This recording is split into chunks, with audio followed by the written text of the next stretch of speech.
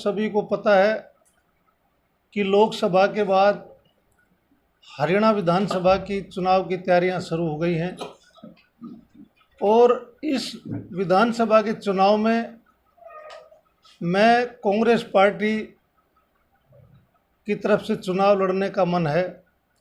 और जैसा कि आप सभी को पता है कि लोकतंत्र में जो मीडिया है, लोकतंत्र में इसको बड़ी मजबूती मानी गई है और आज आपके माध्यम से बावल से विधानसभा के चुनाव के लिए तैयारियां जो हमने करी हैं, सभी लगभग हमारे जो गांव हैं वो गांव हमने लगभग पूरे कर लिए हैं और चुनाव की तैयारियां शुरू हमने अपनी कर दी हैं। और जैसा कि आप सभी को पता है कि लोकतंत्र में बिना मीडिया के कुछ भी नहीं है, तो आज इसी के तहत मीडिया वालों से रूबरू होने के लिए मैं आपको बुलाया। मेरे घर पे आप आए, मैं आपका सभी का धन्यवाद करता हूँ। इतने उम्मीदवार बढ़ने का मतलब क्या है कि शुभ संकेत है। पिछले 30 साल से कांग्रेस पार्टी बावल में हार रही है और कई बार तो बुरी तरह, मैं भी खुद भी लड़ा, बड़ी बुरी हार रही कांग्रेस पार्टी की। और अब जो उम्मीदवार बढ़ रहे हैं इसका मतलब अच्छा संकेत है और मुझे कोई इस बात का कोई नहीं मिला है कि भाई मैं ही उम्मीदवार रहूँगा। कांग्रेस पार्टी ने कहा कि भाई सर्वे करवाएंगे। सर्वे में मीडिया के लोग भी शामिल हैं, क्योंकि लोकतंत्र में मीडिया भी तो एक बड़ा जीवंत एक किस्म का अपना उदाहरण कई हैं इस पे भी, कि जो पार्टी के लोग मीडिया वालों से भी सलाह मशूरा करते हैं, लोगों से भी सलाह मशूरा करते हैं। और आपने भूपेंद्र हुड्डा जी का और गांधी जी का भी आपने देखा, खड़गे जी का भी, उन्होंने कहा भी हरियाणा में 3 सर्वे करवाएंगे और जो सर्वे पे आएगा सर्वे के आधार पे टिकट देंगे। और मैं आपको विश्वास दिलाता हूं कि भाई अगर पार्टी ने मुझे कैंडिडेट बनाया तो मैं बड़ी मजबूती से लड़ूंगा। अगर पार्टी ने कैंडिडेट नहीं बनाया तो जो पार्टी का उम्मीदवार आएगा हम उसकी जी जान से मदद करवाएंगे। अब की बार हरियाणा में भी कांग्रेस पार्टी आ रही है और बावल में भी अब कांग्रेस पार्टी जीत कर निकलेगी। तो जब बावल का शुरू में जब बावल हल्का बना था तो उस समय 68 में मेरे पिता चौराम प्रसाद जी ने पहला चुनाव लड़ा था।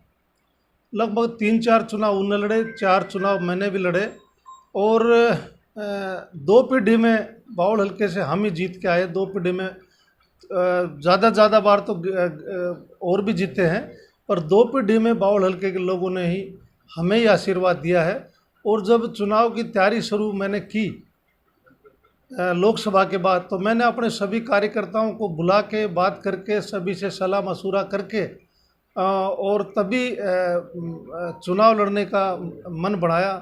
पहले परिवार से पूछा, फिर रिश्तेदारों से पूछा, फिर अपने यारों प्यारों से पूछ के, हल्के के लोगों से, मेन जो हमारे कार्यकर्ता हैं मेरे पिताजी के साथ के, मेरे साथ के, उन सभी से सलाह मशूरा करके और फिर चुनाव लड़ने का मन बनाया।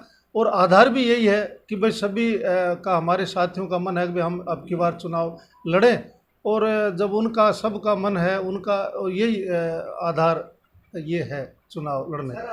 देखो पिछली बार भाजपा ने नारा दिया था 400 पार का, तो उस समय बड़ा कंफ्यूज हुआ कि भाई 400 पार ठीक है, अब सभी पार्टी के नारा देते हैं 400 पार का, पर एक बाद में फिर आई संघ की तरफ से भी, मोदी जी की तरफ से, दूसरे नेताओं की तरफ से कि भाई 400 पार इसलिए चाहिए कि भाई संविधान बदलना चाहते हैं हम। खासकर जो दलित वर्ग के लोग हैं उसमें संविधान में बाबा साहब ने क्योंकि संविधान बढ़ाया, तो हमारी जो आस्था है वो बाबा साहब के प्रति और संविधान के प्रति, भारत देश के बाद अगर किसी में आस्था है पार्टी से अलग हटके भी, तो बाबा साहब भीमराव अंबेडकर में है। हम उनको अपना भगवान मानते हैं।